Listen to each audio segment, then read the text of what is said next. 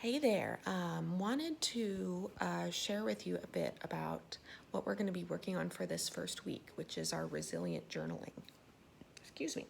So, the idea with this is we're creating a structure for mindful reflection that will allow you to recognize themes and patterns as they show up. So, you can see like cycles that happen during your day and during your week and kind of start to identify these different areas that may help you feel more of a sense of vitality, feeling inspired, feeling motivated, or noticing the times when you feel less of those things. So, this is a daily practice. I'm giving you a template that you can use. You can either print it out to fill it out with pen or whatever you want to do. You can print out whatever size works, or you can use it as a fillable PDF. Now, a couple things about that. I highly recommend going like old school, pen and paper, or pencil and paper, or crayons and colored pencils, whatever you want to use. Because there is this amazing connection that happens when you're actually physically writing out what you're thinking. It's a fuller and deeper integration of the thoughts and your body through physical action. But I also recognize that that may not be the most ideal way or the most feasible way for everyone to engage in this. Other ways that you can do this practice are doing a video log. So doing a little video chat with yourself or with someone else on the different prompts. You can also do like a photo, you could do a photo, you could do a collage. You could take photos of things that then you put together in a digital format. You can also, you could just record audio, so just yourself just talking about these things. You could, or type them up. Like I said, you can either use the template that I've provided, or if you want to just, if you have your own digital journal that you're keeping, then you can just take the prompts and put those in the format that you're already using. So there's a lot of flexibility with it. But if you're able to, I highly recommend the actual like physical act of writing out these prompts. And then the level that you decide to make it artistic and creative and colorful is completely up to you. Like, you don't have to, like, I get pretty fancy with mine sometimes, but not always. So I'm also going to be sharing with you some resources for, so one of the prompts that we're looking at is a daily card or a theme. So I have that as an either or, because some people might have a physical oracle or tarot deck that they're using. There are also multiple phone apps that do a daily card pull for you, and I will share resources and links for those, or you can just look them up. There's several of them. A lot of it's just going to kind of depend on what your personal style is. There are also a variety of different decks for affirmations, for intentions, for even more specific like moon phases, chakras.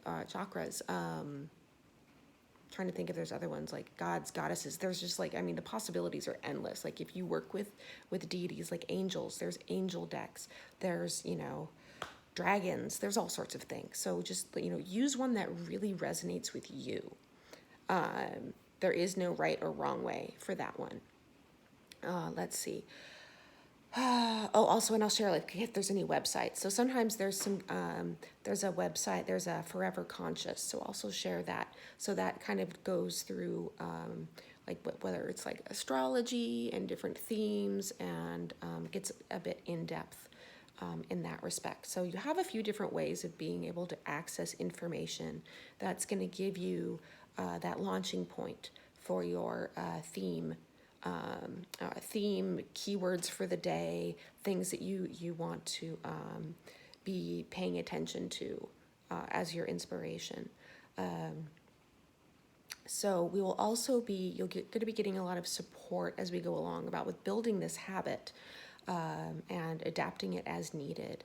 So guidance around like how finding like the time of day that works for you to do this journaling practice, how to keep it simple, if what kind of journal you're keeping and kind of where you're going to keep it. That way it's something that is easy for you to return to and work with.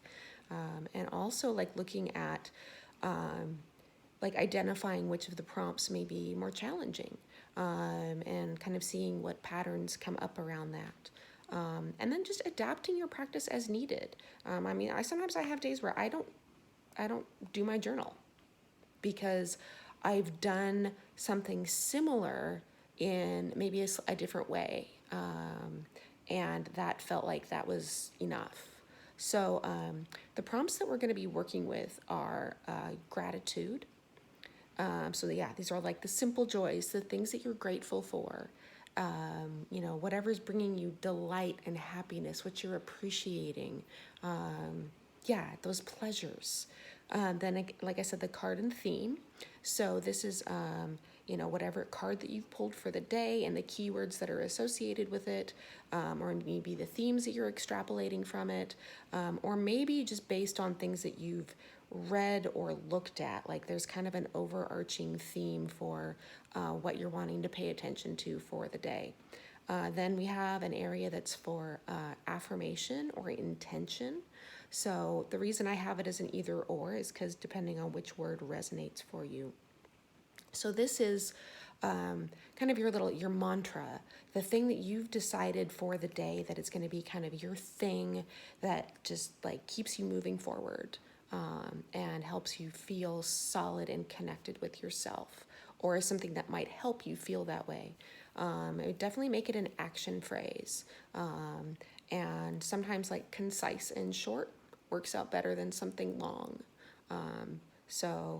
Like I am love is better than I think I'm going to try to love myself today. So kind of see how that the difference between the two. Then there's another section for giving yourself credit. So this tends to have, this one I like to do either at the end of the day, or sometimes it's the morning, like the following day, but looking back on the previous day, like giving myself credit for things that that I handled well, or that I handled as well as I could have, things that I got done for, really giving myself credit for for being, whether it's for being creative or being able to adapt or giving myself time to rest or for speaking up for what I needed or for planning ahead on a particular thing. Like there's just like the list is endless, but I'm going to be practicing giving ourselves credit for things. And then there's another little section that's just for a daily, like for reflections. So this can be further in depth for things that you've appreciated, for ways that your intention or affirmation showed up during the day, for ways that the themes showed up from your card during the day, maybe something else that showed up that inspired you, any other things that you're grateful for. So there's some flexibility in and around that format. So I definitely am going to invite you, excuse me, to really just kind of explore and play with this, and find, do you want to keep the journal? Do you already have a paper journal that you want to write these in? Sometimes what I'll do is if I printed out a document, then I printed it out to the size of my journal page, and then I paste it in there.